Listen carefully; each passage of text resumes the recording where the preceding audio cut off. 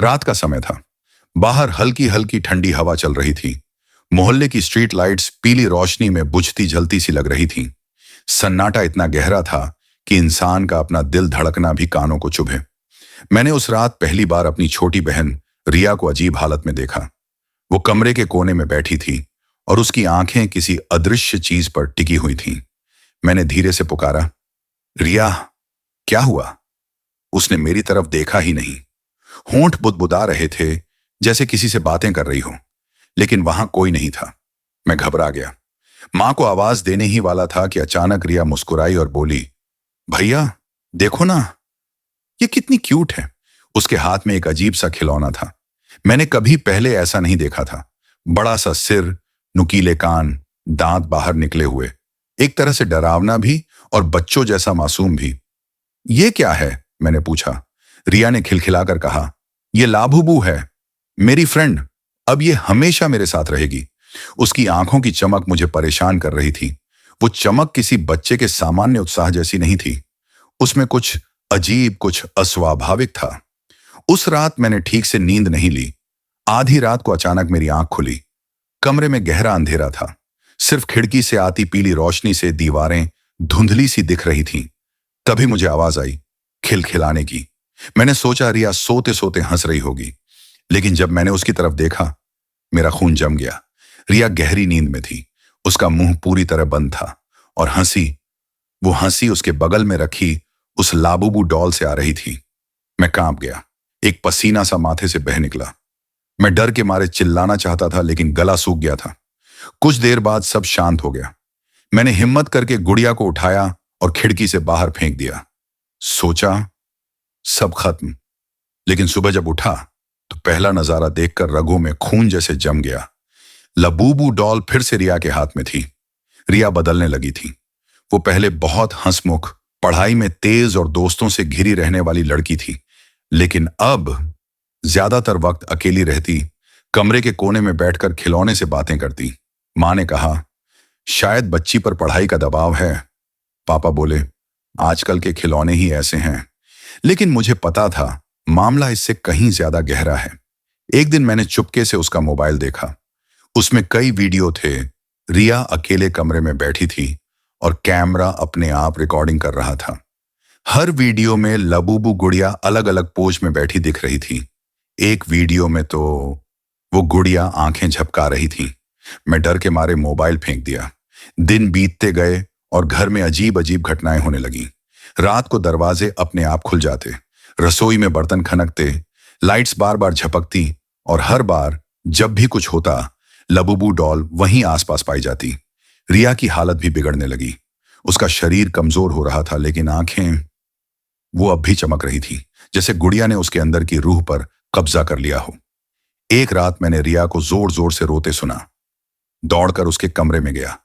देखा तो वो बिस्तर पर बैठी थी और लाबूबू उसके सामने। रिया चीख रही थी, नहीं, मैं नहीं जाऊंगी तुम्हारे साथ। मैंने उसे झकझोरा, रिया क्या हुआ? लेकिन तभी मैंने साफ सुना, लाबूबू डॉल ने फुसफुसाकर कहा, अब ये मेरी। हां, मैंने अगली सुबह तय किया कि मुझे पता लगाना ही होगा, ये लाबूबू आखिर है क्या। इंटरनेट पर खोजना शुरू किया। पता चला कि यह कोई साधारण खिलौना नहीं है। इसकी जड़ें किसी पुरानी एशियाई किंवदंती से जुड़ी हैं। कहा जाता है कि लाबूबू कोई मासूम कैरेक्टर नहीं, बल्कि बच्चों की आत्मा फंसाने वाला दानविक अस्तित्व है। कई देशों में इसे कर्स्ड लाबूबू कहा जाता है।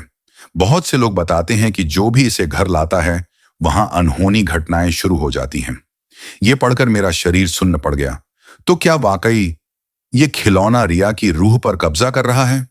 उस रात मैंने ठान लिया, चाहे कुछ भी हो जाए, मैं ये गुड़िया नष्ट कर दूंगा। रिया सो रही थी। मैंने धीरे से लबूबू को उठाया और आंगन में ले जाकर आग लगा दी। लपटें उठी, गुड़िया जलने लगी। लेकिन तभी घर के अंदर से रिया की चीख सुनाई दी। मैं दौड़कर अंदर पहुंचा तो देखा उसके शरीर पर जलने के निशान थे। मैं समझ गया, ये गुड़िया अब सिर्फ खिलौना नहीं रही, ये रिया की आत्मा से बन चुकी है। दिन बीतते गए और रिया की हालत लगातार खराब होती गई। डॉक्टर कुछ समझ नहीं पा रहे थे। माँ पापा टूट गए थे। आखिरकार एक रात रिया गायब हो गई। उसका बिस्तर खाली था, लेकिन कमरे की दीवार पर खून से लिखा था। अब वो हमेशा मेरे साथ है। नीचे जमीन पर वही लाबूबू डॉल रखी थी, बिल्कुल नई जैसी। मैं फूट फूट कर रो पड़ा। आज भी जब मैं उस गुड़िया को देखता हूं तो लगता है जैसे उसकी आंखों में रिया की झलक दिखती है। वो हंसती है और मुझे याद दिलाती है कि मेरी बहन अब कभी लौटकर नहीं आएगी। रिया के गुम होने के बाद से हमारा घर मानो श्मशान बन गया था। माँ हर रोज रो रो कर बेहाल रहती। पापा गुमसुम हो गए थे और मैं खुद को रोज दोषी ठहराता था कि शायद मैंने ही देर कर दी। वो लाबूबू डॉल अब भी हमारे घर में थी। हम सब ने कई बार उसे फेंकने की कोशिश की, लेकिन अजीब बात यह थी कि चाहे कहीं भी छोड़ो, वो अगले ही दिन हमारे घर के भीतर किसी कोने में मिल जाती। कभी ड्राइंग रूम के सोफे पर, कभी रसोई की खिड़की पर, और कई बार तो मेरे तकिए के पास। उसकी कांच जैसी आंखें मुझे हर वक्त घूरती रहती, जैसे कह रही हूं, मैं यहीं हूं और कहीं नहीं जाऊंगी। रात की दस्तक रिया के गायब होने के हफ्ते भर बाद की बात है। रात के करीब 2 बजे मैं पानी पीने के लिए उठा। जैसे ही मैंने किचन की लाइट, डर का फैलाव जब होश आया तो सुबह हो चुकी थी। माँ पापा को मैंने सब बताया, लेकिन दोनों ने साफ इनकार कर दिया। तू सदमे में है बेटा, रिया अब नहीं रही, तू बस उसे देखना चाहता है। लेकिन मुझे यकीन था कि मैंने उसे देखा था। धीरे धीरे घर के सभी लोग उस डर का शिकार होने लगे। माँ कहती कि आधी रात को कोई उनके कान में फुसफुसाता है। पापा को लगता जैसे कोई अदृश्य हाथ उन्हें धकेल देता हो, और मुझे मुझे हर रात रिया की आवाज सुनाई देती, भैया आ जाओ, हम खेलेंगे। खौफनाक वीडियो। एक दिन मैंने तय किया कि मुझे सबूत चाहिए। मैंने ड्राइंग रूम में कैमरा सेट किया और पूरी रात रिकॉर्डिंग चालू रखी। सुबह जब फुटेज देखा तो सांसें थम गईं। वीडियो में साफ दिख रहा था, रात के 2:15 पर लबूबू डॉल अपने आप उठती है, धीरे धीरे कमरे के बीच में आती है, फिर कैमरे की ओर मुंह करके मुस्कुराती है, और ठीक उसके पीछे रिया खड़ी थी, लेकिन उसका चेहरा बिल्कुल विकृत, आंखें अंदर धंसी हुई और उसके होंठों पर वही डरावनी मुस्कान। उसने कैमरे की तरफ इशारा करके कहा, अब सबको बता दो, मैं वापस आ गई हूं। वीडियो देखते ही मैंने तुरंत लैपटॉप बंद कर दिया। पूरे शरीर में कंपी दौड़ गई थी। पड़ोसियों की दहशत। हमारे पड़ोस में रहने वाले शर्मा अंकल एक दिन अचानक घर आए। बोले, रात रात भर तुम्हारे घर से हंसी और चीखों की आवाज आती है। सब डरे हुए हैं, सबको लग रहा है तुम्हारा घर भूतिया हो गया है। पापा ने बहुत कोशिश की समझाने की, लेकिन सच तो यह था कि वो भी डर चुके थे। धीरे धीरे हमारे घर में रिश्तेदारों का आना बंद हो गया। मोहल्ले वाले रास्ता बदलकर जाने लगे। हम अकेले पड़ गए थे और लाबूबू डॉल धीरे धीरे हम सबकी जिंदगी पर हावी हो रही थी। पंडित की कोशिश आखिरकार पापा एक तांत्रिक को लेकर आए। उसने आते ही कहा, यह कोई साधारण आत्मा नहीं है, इस खिलौने में बहुत गहरी नकारात्मक शक्ति है, इसे नष्ट करना आसान नहीं। उसने हवन शुरू किया, मंत्रोच्चार होने लगे, लेकिन तभी अचानक तेज हवा चली, खिड़कियां अपने आप बंद हो गईं और आग की लपटें उलटी झलने लगीं। लाबूबू डॉल जमीन पर रखी थी। अचानक उसने अपनी आंखें खोली और सीधे पंडित की तरफ देखा। पंडित बुरी तरह कांपने लगा। उसकी जुबान लड़खड़ाई। ये कोई साधारण गुड़िया नहीं, ये तो दानवी सत्ता का वास है। मैं इसे नहीं रोक सकता। इतना कहकर वो भाग खड़ा हुआ। हम सब अवाक थे। रिया की वापसी उस रात मैं कमरे में अकेला था। अचानक दरवाजा अपने आप बंद हो गया। कमरा ठंडा हो गया। सांसें जमने लगी। अंधेरे में एक आवाज गूंजी, भैया। मैंने कांपते हुए इधर उधर देखा। दीवार के कोने में रिया खड़ी थी। मुझे ले चलो ना भैया, यहां बहुत अंधेरा है, बहुत ठंड है। मेरी आंखों से आंसू बह निकले। मैं उसकी तरफ बढ़ा ही था कि अचानक लाबूबू डॉल मेरे पैरों से टकराई और अपने आप हिलने लगी। रिया का चेहरा अचानक बदल गया। उसकी आंखें खून की तरह लाल हो गईं। उसने चीख मारी, नहीं, अब ये मेरी है। कमरा हिलने लगा, खिड़कियां टूट गईं और मैं फिर से बेहोश हो गया। भय का स्थायी साया उस रात के बाद से मेरा दिमाग जैसे बिखर गया था। मुझे समझ नहीं आ रहा था कि यह सब सपना है, भ्रम है या सच।